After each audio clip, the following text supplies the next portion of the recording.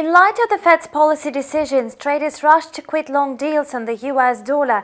Today, the US currency is making efforts to recover from the lowest level in 4 months, but it's still extending weakness. The Canadian dollar is taking advantage of this situation, but it cannot assert strength. That's all for now. Thank you for watching and stay tuned. The Fed's policy meeting did not arouse fireworks among investors, so the market avoided a volatility surge. The US dollar responded with a brief drop. The US regulator left interest rates unchanged as expected and indicated that deeper rate cuts were not appropriate next year.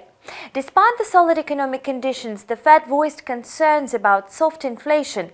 Investors are discouraged that Jerome Powell presented a cautious economic outlook, projecting slowing growth in 2020 and 2021. That pushed the greenback down. In the New York session, its index is trading at 97.16, unable to climb over 97.50. Now traders are shifting focus towards the US-China trade talks. Today, Donald Trump is going to meet top negotiators and discuss the looming tariff deadline. Market participants are worried that his decision to enforce tariffs will entail collapse in financial markets and escalate trade tensions between Washington and Beijing. Nevertheless, investors hope that the parties will settle the first-phase trade deal that will delay the imposition of tariffs.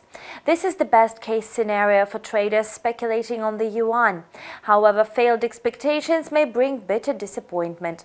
Today, traders took notice of factory inflation data from the US. The PPI did not match expectations as the annual rate of producer price growth remained at 1.1% in November, while the consensus suggested a 1.2% gain. Besides, the US Department of Labor reported that the number of unemployment claims hit a 2-year high. Meanwhile, the Canadian dollar escaped from a narrow trading range amid weakness of its American rival. Today, the US dollar versus the Canadian dollar pair settled down at 1.3161 and later rebounded slightly. Bank of Canada Governor Stephen Poloz is due to speak on late Thursday. Resistance at 1.3195 is expected to subdue attempts to grow.